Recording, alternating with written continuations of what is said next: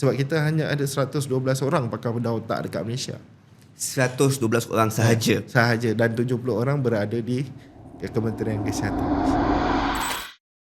Kita push untuk yang adik-adik bawah baru. Kita tak nak dia orang keluar. Kita tak nak dia orang pergi New Zealand. Kita tak nak dia orang pergi Australia. Kita tak nak dia orang pergi Singapura.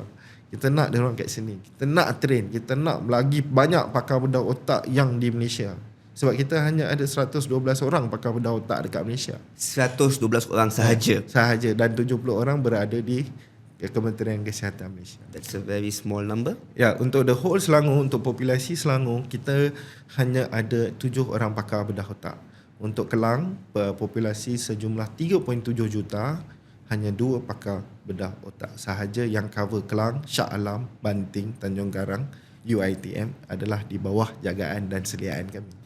Baik doktor, so based on that fact, based on that statistic doktor, 3.7 juta untuk Selangor dengan dua pakar bedah otak. Dalam sehari atau seminggu, berapa kes akan doktor tengok membedah? Kalau dari segi pengalaman saya sendiri, kalau di Kelang tu sehari sahaja saya akan dapat almost 30 hingga 40 kes rujukan. Yang perlu pembedahan selalunya sehari tu dia ambil dalam 5 hingga 6 kes. Kadang-kadang paling banyak can go 7-8 cases. Kalau kes-kes tumor, kes-kes besar, selalunya dalam seminggu tu kita dapat 10, 12, 13. So ini kes yang banyak. Kes yang beban kita banyak. Sebab bila you dapat kes-kes besar, you tak boleh nak bedah terus. You kena plan for operating theatre, apa semua. So sebab